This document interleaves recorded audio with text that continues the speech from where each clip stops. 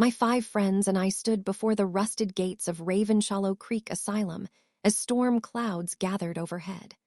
The massive Victorian building loomed against the darkening sky, its broken windows like hollow eyes watching our approach. "I know this place has a reputation," I told the group, "but we're just here to explore and document. The asylum closed in 1987 after what happened." Emma, a local girl who joined our exploration group, nervously adjusted her jacket. "My grandmother worked here in the 70s. She never talked about it, but sometimes I'd catch her staring at nothing, whispering about the patients in Ward 7. Tyler, always trying to lighten the mood, laughed nervously. "Come on, it's just an old building. What's the worst that could happen?" The heavy wooden doors creaked open with surprising ease. Inside, the air was thick with decay and something else, something metallic and wrong. Peeling paint hung like dead skin from the walls. Sarah, our group's photographer, raised her camera. "The lighting in here is incredible. Look at how the shadows fall across those patient chairs. Wait, why are they arranged in a perfect circle?" Jake, our tech guy, checked his EMF detector with confusion. "That's weird. I'm getting massive electromagnetic readings, but there's no power to this place." As we ventured deeper, the hallway stretched endlessly ahead. Doors lined both sides, most hanging open to reveal empty rooms with rusted bed frames and restraint equipment still attached to the walls. Marcus, my best friend and the skeptical one of the group, stopped suddenly. "Did anyone else hear that?" Sounded like footsteps above us. A rhythmic tapping echoed from the ceiling, following our group as we moved. In a room filled with scattered files, Emma discovered something chilling. Her voice shook as she called us over. "Guys, you need to see this. These patient files, they're all from Ward 7. Look at the dates. They all died on the same night. October 13th, 1987. I read over her shoulder, my blood running cold. Cause of death: unexplained cardiac arrest during experimental treatment. All 23 patients. What kind of treatment were they doing? Suddenly, the temperature dropped dramatically.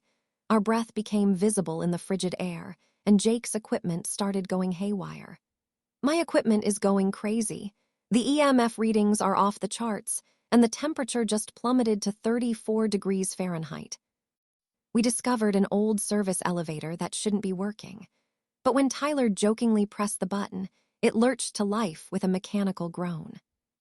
Tyler backed away in shock. "I didn't think it would actually work. The power's been cut for decades." The elevator doors slowly opened, revealing scratches on the inside walls, deep gouges that looked like claw marks. A child's laughter echoed from the empty shaft above. Sarah focused her camera on the elevator, her face pale. "There's something written here in the scratches. It says, 'They're still here. Ward 7, help us.'" Against my better judgment, we took the stairs to the 7th floor. The atmosphere grew heavier with each step.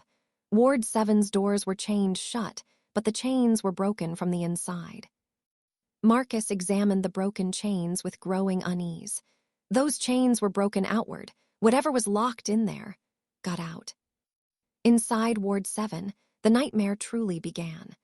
Patient rooms were arranged in a spiral pattern around a central chamber filled with bizarre medical equipment, machines that looked more like torture devices than healing instruments. Emma found a doctor's journal and read aloud with a trembling voice. "Day 847 of the consciousness transfer experiments. The patients are no longer responding to their original names. They speak in unison now, claiming to be someone else entirely. Dr. Voss believes we're close to a breakthrough, but I fear we've opened something that should have remained closed." As we photographed the equipment, shadows began moving independently of their owners. The temperature continued to drop, and a low humming filled the air, like voices trying to speak in harmony. Jake frantically checked his equipment. "The readings are impossible.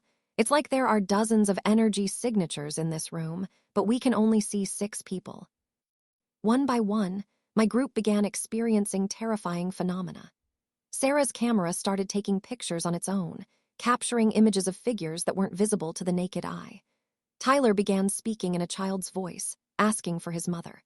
Marcus became fixated on one of the machines, claiming he remembered being strapped to it. Emma started writing automatically, her hand moving without her control, scribing names of the 23 patients who died. In the central chamber, we discovered Dr. Voss's final video log, still playing on a loop on an ancient monitor that shouldn't be working. On the screen, Dr. Voss appeared wild-eyed and desperate. The experiment was a success, but not in the way we intended. We didn't transfer consciousness between bodies. We created a collective consciousness that exists beyond death. The patients, they've become something else, something that feeds on the living mind. If anyone finds this recording, do not enter Ward 7 after dark. They're waiting. They're always waiting. The timestamp on the video showed it was recorded on October 13th, 1987, the day all the patients died. As the reality of our situation set in, the asylum began to feel alive. Doors slammed shut behind us, cutting off our escape route. The walls seemed to pulse like a heartbeat, and the whispers grew louder. "Everyone, we need to leave now. Stay together and don't look back," I shouted. But as we ran, I realized that Tyler was no longer Tyler. His eyes were vacant, and he was speaking in multiple voices simultaneously, the voices of the 23 patients. Tyler spoke in unison with invisible voices. "You can't leave. We've been so lonely. Stay with us, become us." The mad dash to escape became a nightmare as the building itself seemed to shift and change, corridors leading to dead ends that weren't there before. Patient gurneys rolled by themselves, and the laughter of children echoed from every shadow. Just as we reached the exit, I turned back to see Tyler standing in the doorway of Ward 7, surrounded by translucent figures, the patients. But the most terrifying realization came when I counted our group outside. Only 4 people had made it out. Sarah cried through her tears, "Wait, where's Emma? She was right behind us." But when we checked our camera footage later, we discovered that Emma never existed. In every photo, there were only 5 of us. The local girl who knew the asylum's history was never there at all. The final twist. Emma was patient 23, the last to die in 1987, and she'd been leading curious explorers into Ward 7 for decades.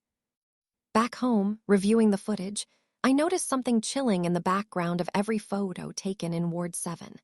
The same children's toys scattered in every room, toys that belonged to the young patients who died there 37 years ago. And in the very last photo Sarah took before we ran, I could see a small figure in a hospital gown standing behind our group, a child with hollow eyes and a smile that never reached them. The timestamp on that photo read, October 13th, 2025. Today's date.